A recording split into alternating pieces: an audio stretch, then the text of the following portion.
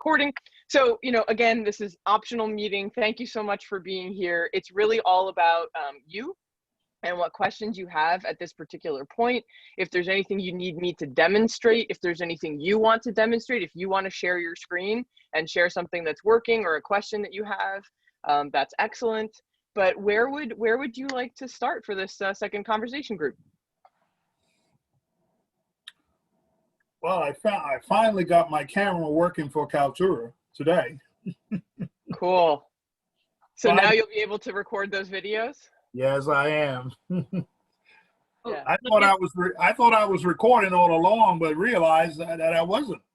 So today I finally got IT came over and they pretty much gave me a tutorial. So it was okay.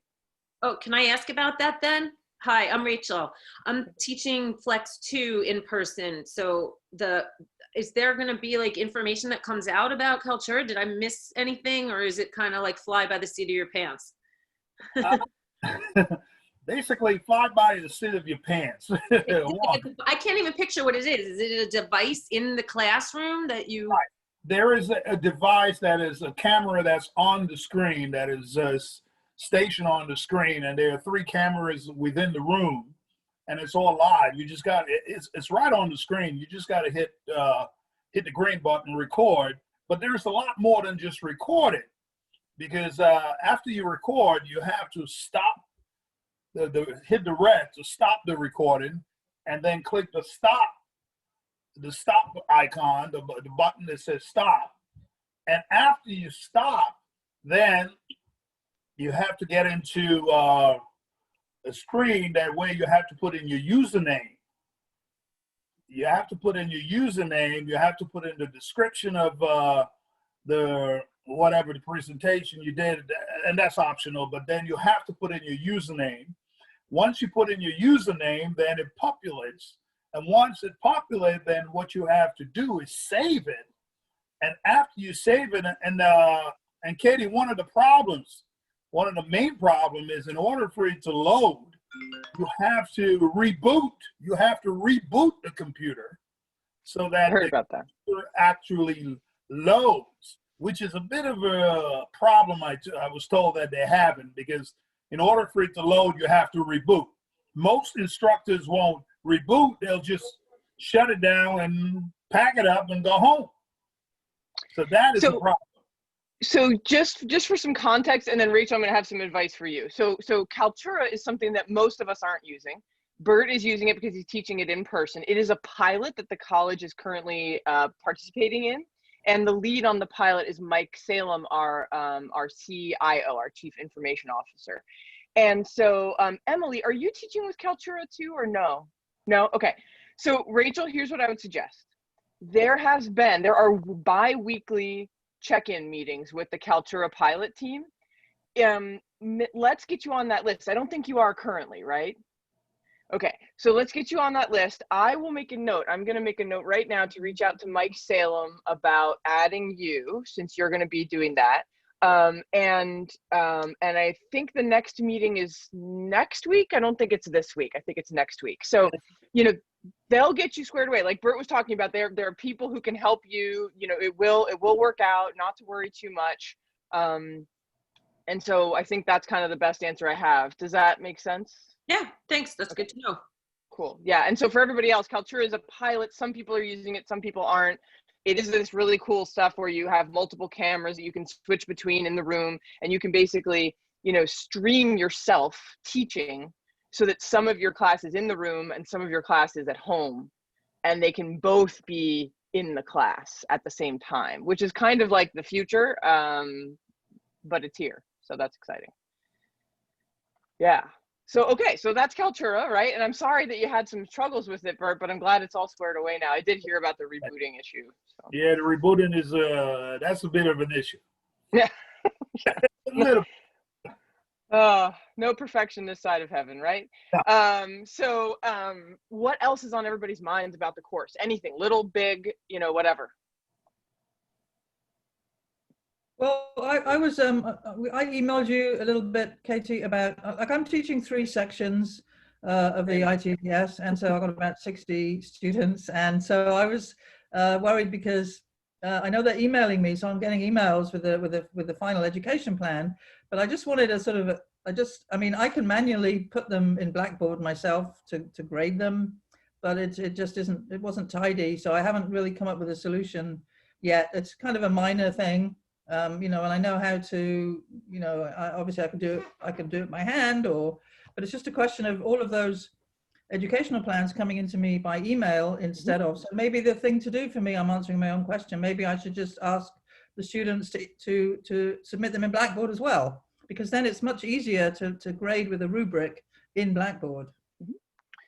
So yeah, so I have a few suggestions for that. So as you all have seen now, your personalized education plan is a Google form. And so your students will fill out the Google form, and they need to do some reflection on, you know, they need to go back to Focus 2 career. They need to, like, you know, think about that a little bit. You might get some lingering questions about Focus 2 career.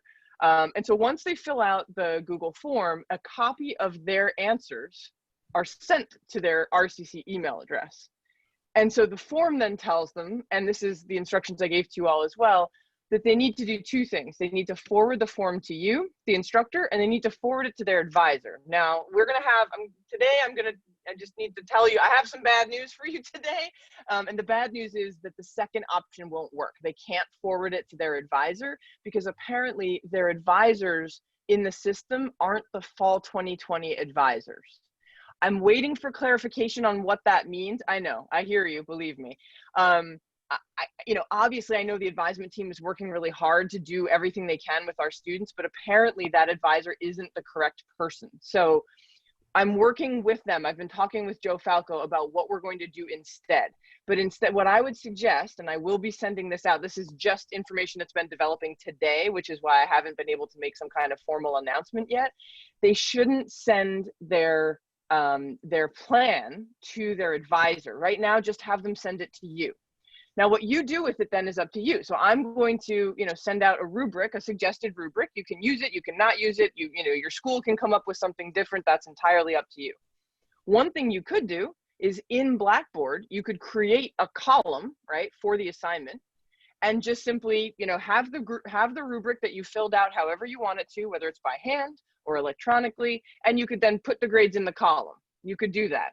You could also, as Kay is suggesting, you could create a place in Blackboard for them to submit the assignment.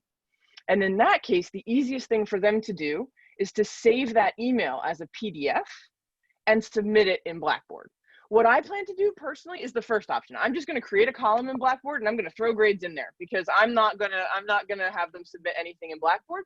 But if you want to, then that's totally fine. You can easily do that. And I'm going to demo how to save an email as a PDF. Everybody who's been through the RTP process, I think you know how to do this because it's how you've been demonstrating that you've done things. But if you have not been through the RTP process, and some of you have not, and how lucky are you in certain ways, let me share that now. So I'm going to share my whole computer here. Let's find an email that, okay.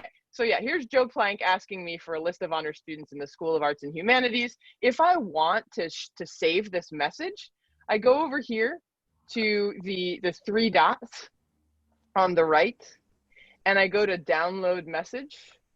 And then usually what I do is you can save it as an email. The other thing you can do, let me see, there's a better way. Oh, you can do, I think you can do print, and you can actually print it as a PDF. So save as PDF here when you print. That's probably the easiest way. That's the way that I usually do it, is save it as a PDF. So you would print, but then you're saving it as a PDF. You're not actually using your printer. And so, you know, those are two ways that you could have your students actually, you know, being able to capture that email. Again, for my own purposes, what I plan to do is I plan to just create a column in Blackboard, not have them submit anything in Blackboard, and instead, as I apply the rubric to each student, which I will do electronically. So in other words, I'll have their rubric in front of me on the screen. I'll fill it out, and then I'll just put the grade, put the number in the column. Got it. That's my own personal plan. Yes, Rachel. This is kind of unrelated but related. Is it easy to get? Do you upload a PDF of the rubric, or you just actually manually fill in? a rubric in the area where you can create a rubric in Blackboard? Or is there an auto rubric for this already? There isn't one, so I'm gonna make one up that again you may use. You don't have to use. Your dean might want you to use something different. You may think it's bad and you want to create a new one. But you know, in that case, what I would do is I'd still probably share it with the student, but I wouldn't have it in Blackboard in the same way that you would have a rubric that you're applying to something in Blackboard. I would probably just, the way I plan to do it is I'll have this on my computer. I'll have a version for every student. I'll fill each rubric out real quick, and then whatever the score is, that's the score I enter into Blackboard. Oh, I see. So you're not using a rubric inside Blackboard. You're using one you pull up on the screen. Yeah, you absolutely could. It's really up to you. And we're all still figuring this out. And so obviously, you know, there may be things that we eventually want to put in Blackboard that don't exist there already. There may be tweaks to rubrics. Each school may end up having its own rubric. You know, I so appreciate the fact that you're all willing to be part of a very experimental thing that definitely still has some kinks to work out in it. So. All right, cool. Thanks. Yeah, if anybody has other suggestions, you know, for sure. And we're gonna have some time now, you know, after this is over, there'll be a little bit of time to try to put some more things in Blackboard to make it a little easier for us. So we can do that. And so let's see. So Rachel, this was a good question. Okay, so the thing that's supposed to happen is that when the students come into the college, when they apply to the college, they're supposed to take Focus 2 almost right away. So there were students who did that. And actually there was an email that went out from admissions saying to them, here are the next steps. And this was over the summer. And one of those steps was Focus 2 Career. So some of your students actually did it over the summer, or they did some of it. A lot of your students though, because we had that giant influx in August, they didn't really do it. And so I think we're finding that a lot of our students this time around didn't do Focus 2 Career before they showed up for their first day of school. In the future, I think admissions and advising together will hopefully find some new ways of helping students do Focus 2 before they show up to us, so that that's an extra step they don't have to do as part of the class. One of the pieces of feedback I did get was that second week right now is super overwhelming for students because they're doing Focus 2, and then they're doing that reflection. And what we hoped that would happen is that they would have already done Focus 2 during onboarding before they came to sit down in our classrooms. So, you know, yeah, so we'll have to figure out with advising and admissions, like how do we make sure that the majority of our students are doing it before they get to us, instead of doing it while they're with us. I don't know. These are great questions. Yeah, go for it. So the saved PDF files that you want us to save for this semester, do you want us to send them to the dean? And So you mean the personalized education plan? Or where are they? Because they're supposed to go to an advisor, right? So. Yes, so you don't actually need to have your students save them as PDFs unless you want them to submit it somewhere. No, I'm saying, right. I'm saying for us. You want us to save them as a PDF, correct? Not unless you want to. You'll have them as an email. Oh, okay. I didn't know if you wanted us to gather them all together and like place them somewhere in like a file for their advisor at some point when we do figure out who their advisors are. So actually that's not a bad idea at all. But I can't really tell you for sure. So we do want to get this information to the advisors somehow, but right now I don't know how, because we thought we could just send it as an email. And now, because we don't know the correct advisors, I'm still waiting on hashing out a good game plan with Joe Falco about what to do going forward. Okay. Yeah, so it may be that we ask you to do that. I'm still not entirely sure. So Rachel, yes, that's a great, Emily, that's a great idea. On the first day of class to say to your students, hey, if you haven't done this Focus 2 Career thing yet, you're going to need to do it. And here is the good news about Focus 2. Hang on one second. Let me let me share my screen with you again. Our brand new website. Okay. I'm going to log in. I'm going to show you exactly where to find it. Oh. Sorry for the delay here, friends. Okay, so once, oh, come on now. How often does that happen to everybody? Okay, so once you log into my RCC, it's actually not under technology. It's right here up top. It's this little icon with this little, person with a suitcase stepping up the stairs. And when your students click on it for the first time, they're going to have to enter an access code, and that access code is the word pathways. But that is where Focus 2 lives. Okay. I mean, great ideas, great questions. Yeah, if you're teaching this in Flex 2, you could even email your students before the term starts, right? You have them all already. You could email them and say, I'm really excited to see you, starting the week of 10/26. If you have not yet done Focus 2 Career, here's how to do it, or here's where to go to find it. And in the tutorial for the assignment, which is already a part of everybody's course automatically, it does also show the students where Focus 2 is.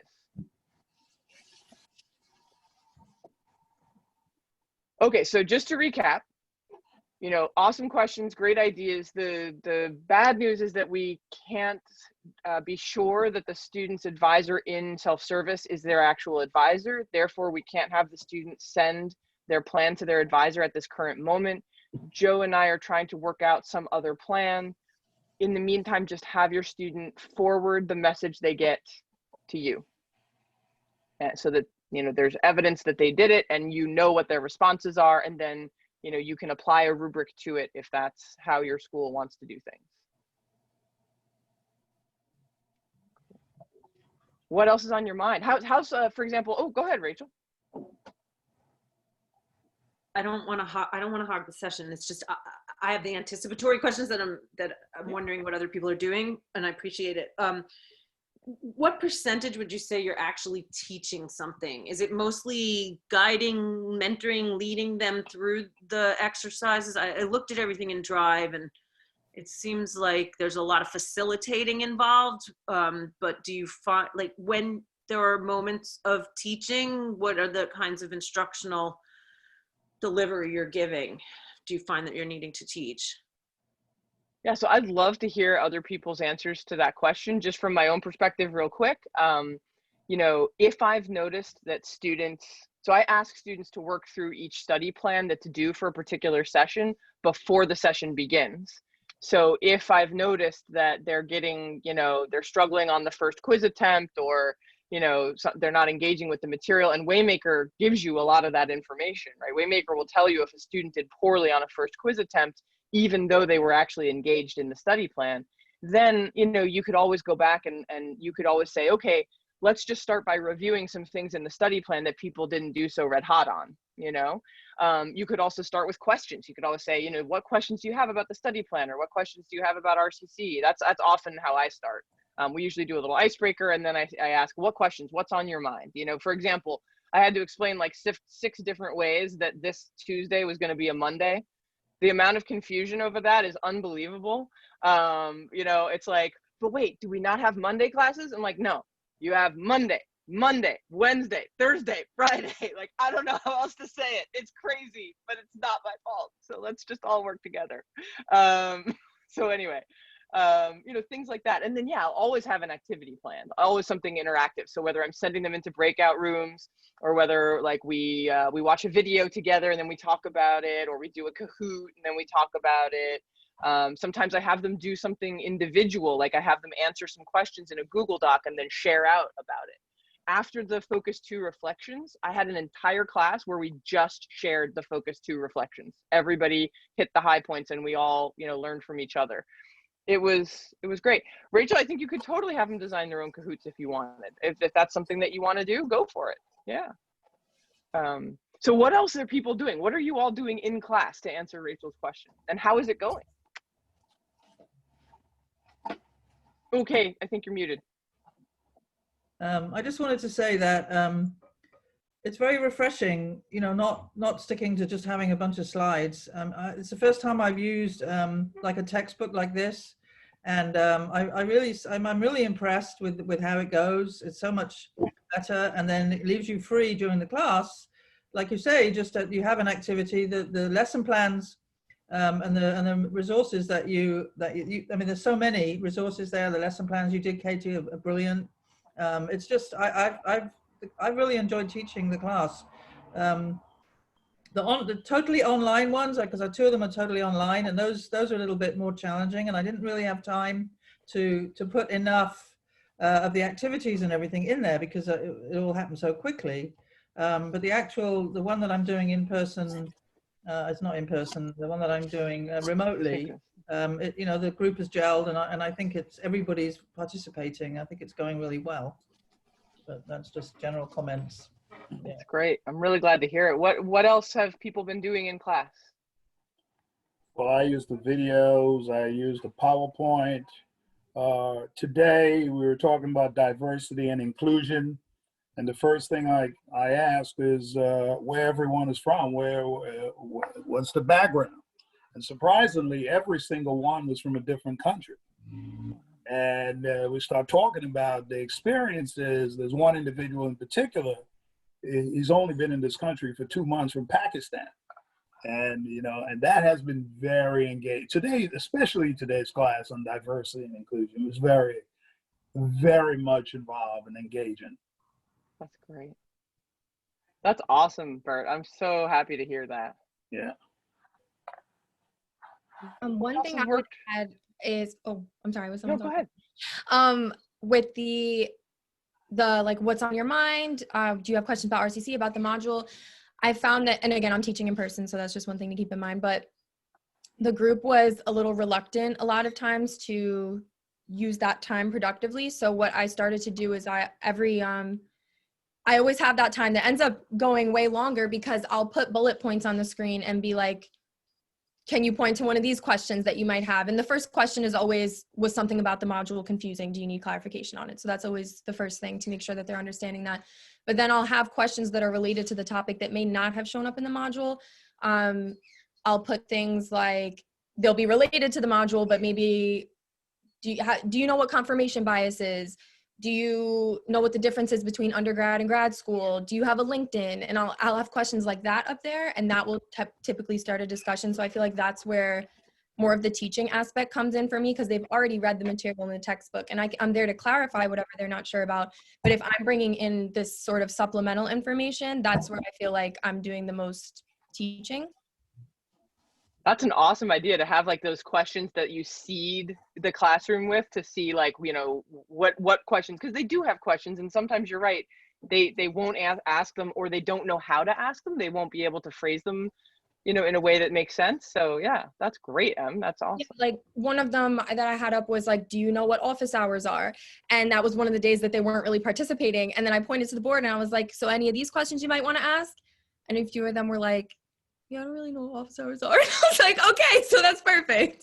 So I think sometimes they just need a little push to know what they should be asking about. Yeah, that's fantastic. And it's so true. Like, so many of our students think that office hours is when the professor is working in their office quietly and they don't want to be disturbed. And I'm like, it is literally the opposite. It is literally the opposite from that. I'm like begging you to come talk to me. So yeah, it's really funny. And what a great idea. Yeah. And you know what, Katie, you were right when you mentioned that you have to explain 100 times. Today is Monday. Tomorrow is Monday. It's like 100 Monday, guys. I explained it to the honor students, okay? The honor students. I did. I got honors 3 class. times. And then I got emails about that. And I was like, oh, help me, right? Like, I don't know what to do. To which my wife was like, it's like our child, right? And I'm like, oh, okay, fair.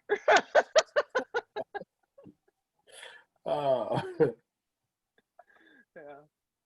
What else has been working, or what hasn't been working? If you want to talk about something that hasn't been working, or something you're worried about, go for it. I mean, that's okay. It doesn't mean this is a failure. I mean, things are going to go well and things aren't going to go well, and that's okay. We'll figure it out.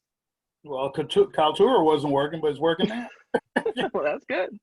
I had a student today who's been emailing me back and forth, and she wants to drop out of the college completely. So I'm scratching my head. I'm wondering, you know, how, and I'm going back and forth. She thought she could drop out through Blackboard. I said no, you can't. And so I've given her the information about how to drop out. But but then today she emailed me and she said I don't want to do my I don't want to do these courses. I just want to do nursing. And it's like, well, you know, you're going to have to do a lot of things just like this. And she said, you know, online is making her very stressed. So I honestly don't know. I'd be interested to see if I see Cheryl there. You know, if anybody has an idea. I thought to myself, well, if you don't like online and you can't take the stress with just the introduction course, maybe you shouldn't go into nursing. But obviously, that's not something I'm going to ever say. I want her to, you know, she's obviously very anxious, and I be happy to, if anybody's got any suggestions about what to say to her, because I don't want to lose her, and I think, you know, I don't want us to lose her. And she's done really well in all the she's doing the tests. She's done well in all of the readings, and she's kept up with that. She's done all the work. You know, she's actually going to pass fine the course, but 2 weeks before the end of it, she's, you know, it's all too much. So that's just a story from my day today. Yeah, I mean, I would say I would probably bring in an advisor at that point and sort of say to the student, you know, we really want you, like, no matter what happens with every other course you're in, you're passing this one. So please don't drop this one, right? Because you're going to get a passing grade and then you won't have to take it in the future. And although also I've CC'd your advisor, and I hope that you'll speak to them about, you know, about your plans and about how we can best support you through those plans. Because my guess is she's not in the nursing program, right? I'm assuming she's not. She's probably pre-nursing, so she's going to have to take a whole bunch of classes to, you know, fulfill those requirements before she can actually start taking the NUR classes, and that's just how it goes. I know. That's tough though. I would give yourself some support, Kay. I'd bring in an advisor, because you know that's their job. I will. That's a good idea. I will do that. I just want to comment on this. This is such a coincidence, because today, one of the discussions we had today was trust in the process. And what I explained to the students is that they reach a point, and I give them my experience. They reach a point in your education during the semester that you feel like you want to quit. It reached that point, but you have to trust the process, and the process is there for you to succeed. So whenever you reach the point of failure, you want to quit, you just got to remember, trust the process. Taking a break at all today? They'll come through. Oh, hey Teresa, it looks like you're not muted, just FYI. Thanks. Right, so that was my discussion today about trust in the process. Just trust the process. You are going to reach a point where you want to quit. No doubt. How did it go when you had that conversation? What were they receptive to it? They were very receptive. They were very receptive, because what happened was I went into Banner. I went into the college system, and I showed them each individual how things are mapped out as far as the pathways to success.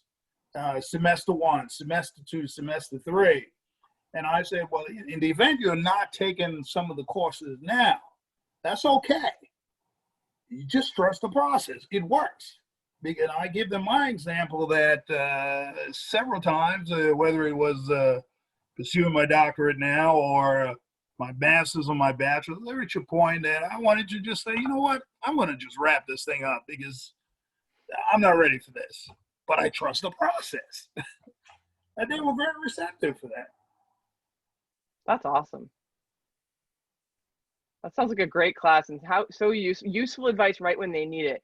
In my experience, and I don't know if you all it's the same for you, it's usually around week 5 of the first semester when the students start, instead of looking like excited and happy to be here, they start having the hangdog expression.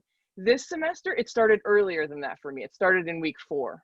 And I could see it. I could feel the energy changed very suddenly in the online spaces. Most of my classes are synchronous.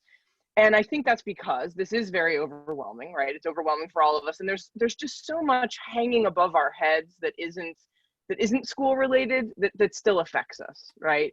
And so there's a lot. But I think it's great at that point in the semester to say to students, you know, it's okay for you to be feeling stressed out. We have resources for you to help manage that, because it can get to a point where it's very damaging, but stress is also good for you. So you want to find that point, and then you want to make use of those resources. And to your point, Bert, trust the process, trust the fact that we're going to, get through this, and you will get to the other side of this. That's great.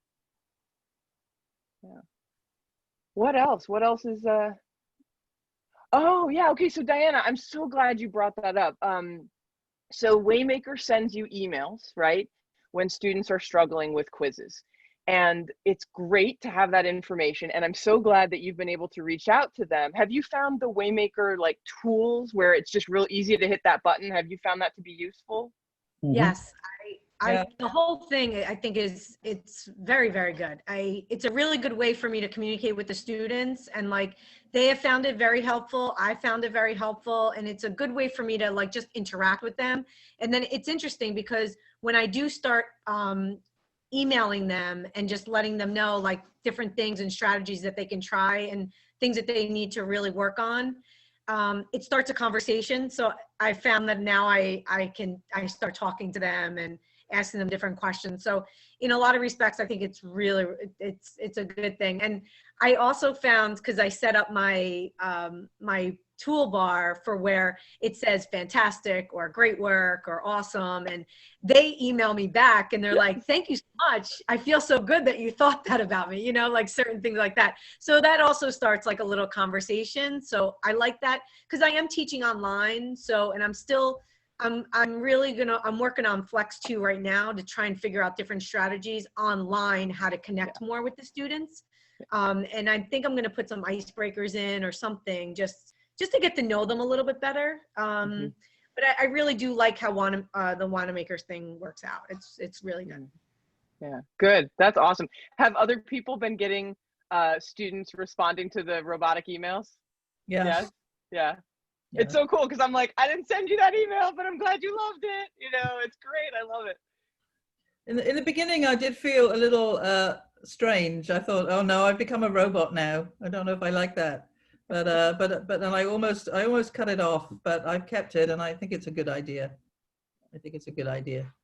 What's nice is I love how Diana put it. It's starting a conversation. I think that's the way to think about it, right? Yeah. The initial point happens when, Waymaker's, AI kicks in and says, okay, a student has met this threshold. I'm going to reach out to them.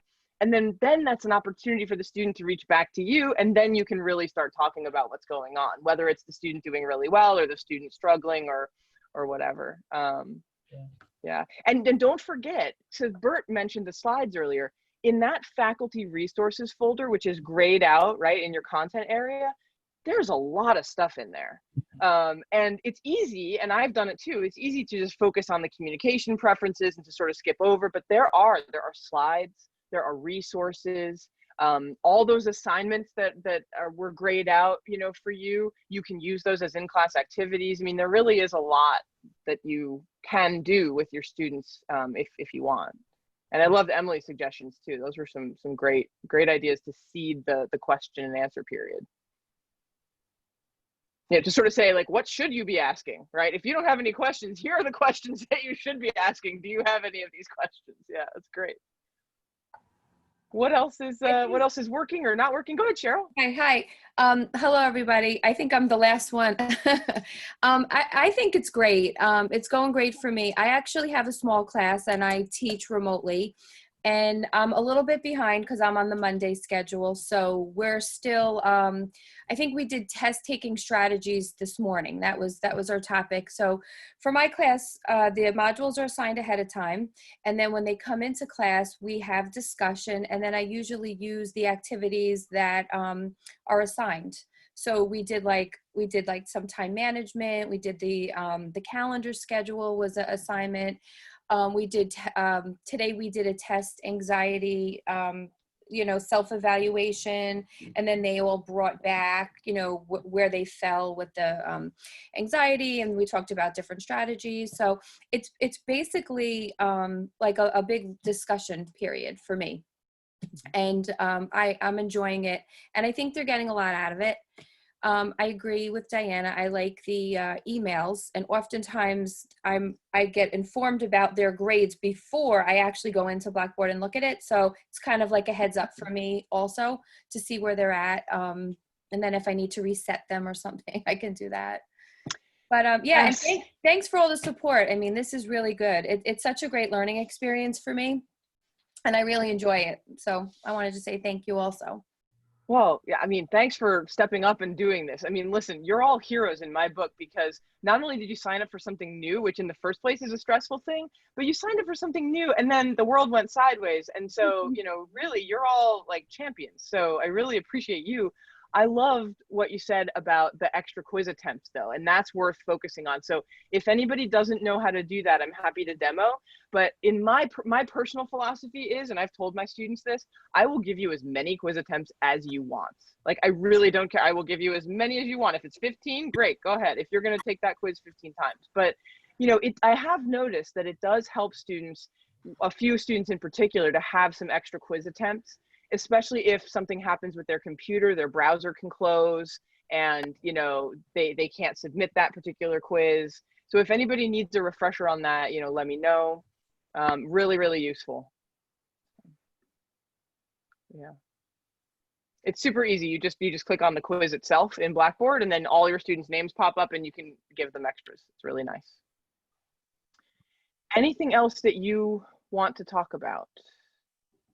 I had thoughts on the health management module, and I don't know, have other people completed that yet or not? Not yet. My class is getting there this week. We just did it. All right. So then actually maybe it's good for me to bring it up now if you guys haven't gotten there. There's a section on sexual health, and there's a page specifically dedicated to sexual assault.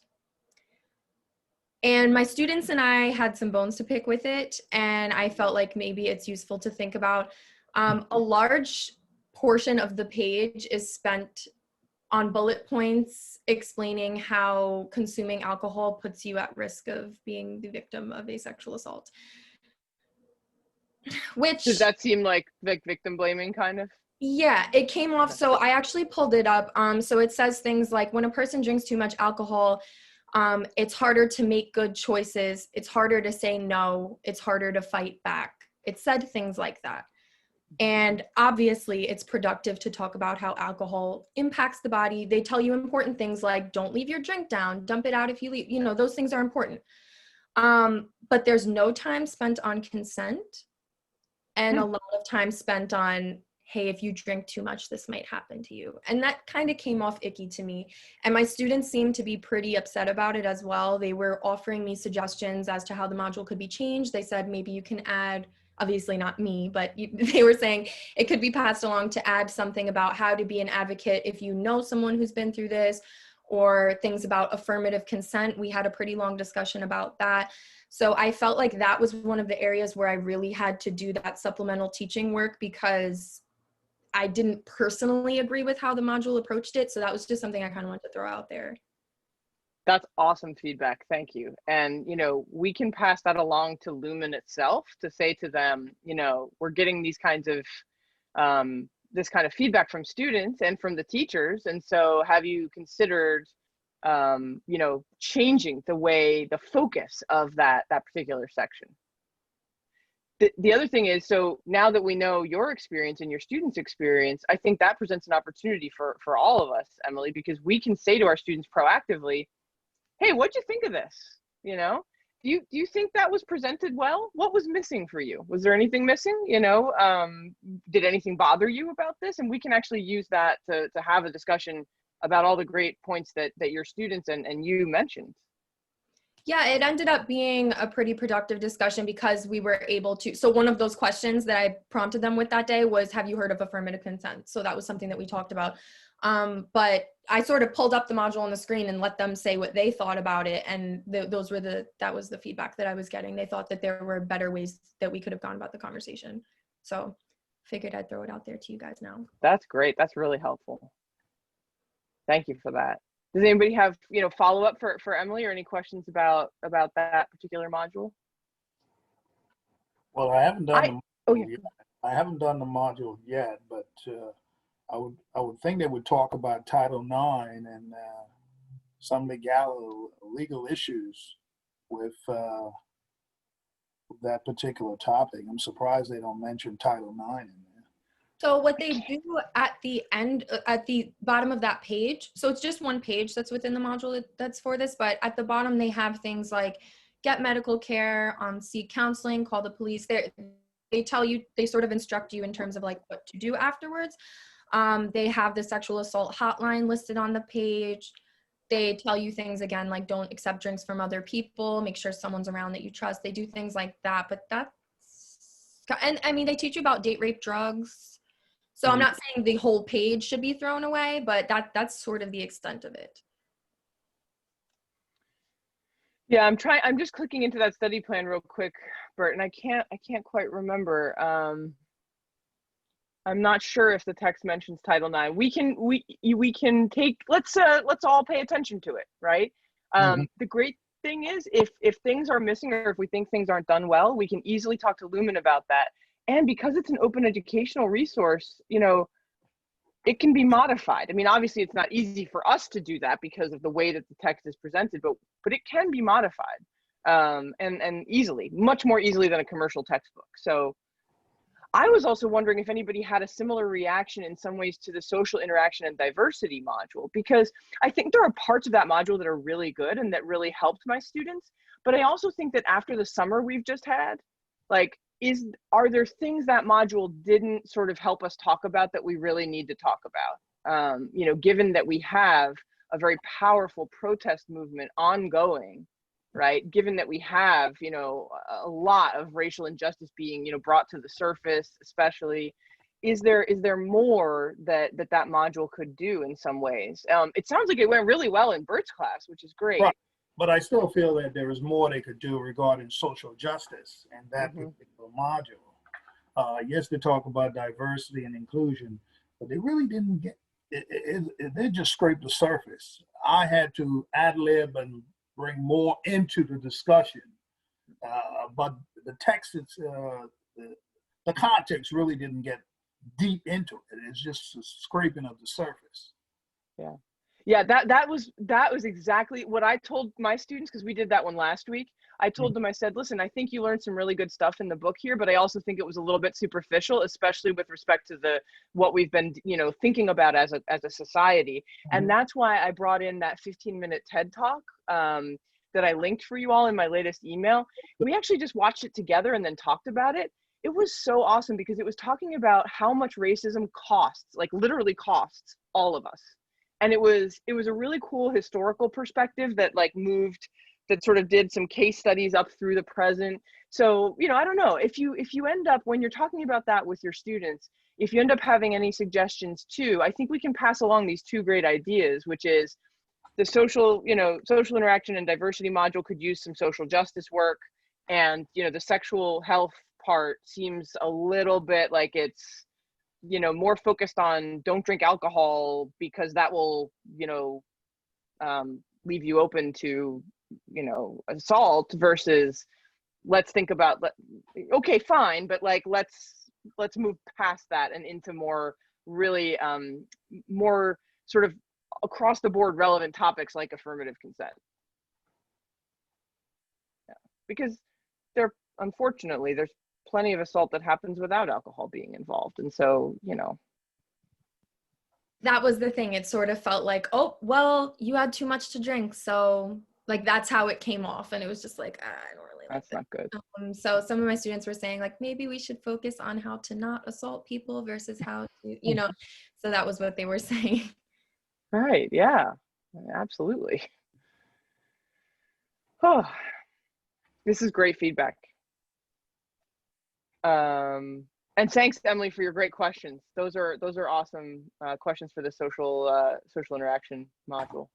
That discussion was like fantastic. That class day was just, they did such a good job. I actually heard when they were leaving the room, they all like became friends. So when they were leaving the room, one of them was like, that was such a good conversation. And I was like, oh my God. They just did a really good job with that.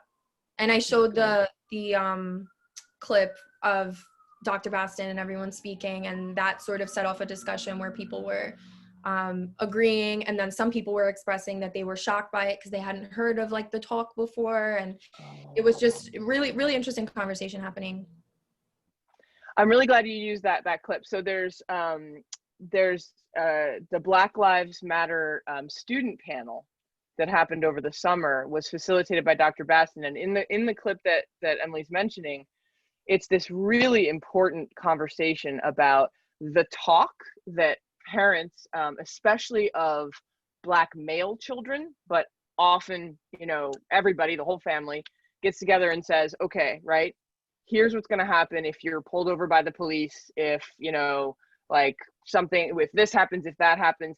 And that conversation that he facilitated was, I mean, it just, like, I remember when I was hearing it right then and there, and it was like a stone in my stomach. It was just this, you know, and so, yeah, to have your students realize, wow, like, I never knew that this had to happen. And what does that mean? Right. I'm so glad that was useful to you. I played a few other clips from that whole panel discussion. I played the one where Neola was talking about how she was sitting in the library studying with a friend who happened to be white, and he was discussing, well, if you get such and such on an MCAT, you can get into any school you want, but if I get the same score, I won't get into the schools that I want, and how it made her feel. And I said, you know, we really have to think about what we're saying. We should be supporting people and, you know, boosting their self-esteem, not making them feel worse. Who cares? If they get in and you don't, it's okay. In the long run, everybody will be fine. I really tried. I have to say, I have not had the same experience that most of you guys have. My class is just very quiet. Very, very quiet. It's like pulling teeth to get them to talk. And I love the topics that Waymaker is presenting. And Katie, I'm trying to follow your lesson plans pretty closely, but they just, they don't want to talk. They'll email me outside of class and they'll bring something up, but they won't talk in class, during class. And that's when I want them to talk. I don't know. Oh, sorry. Maybe. Oh, go ahead, Kay.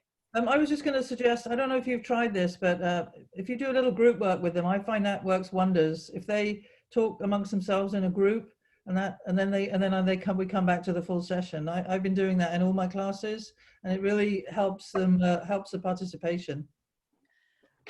I did, and this most recent one, I had them interviewing each other for a job. Cool. And again, I had one or two students after class saying, my partner wouldn't answer any questions. You know, it was tough. It's just been, I think it could be much better if I had some talkers, at least a few, but none of them seem to want to.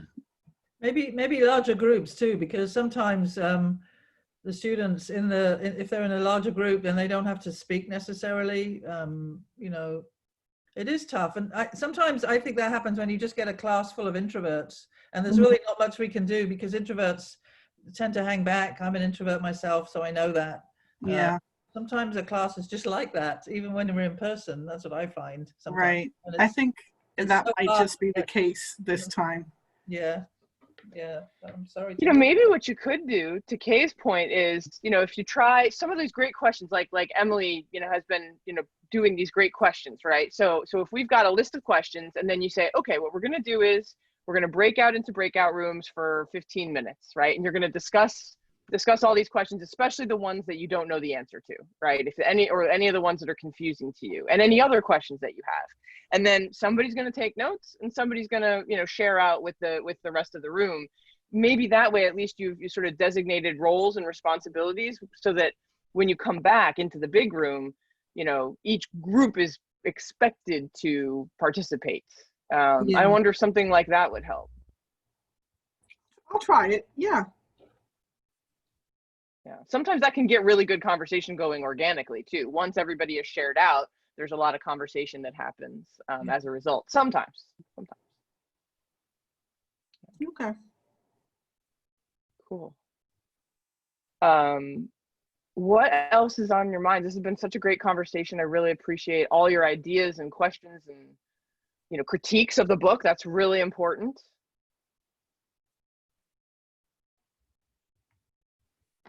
Okay.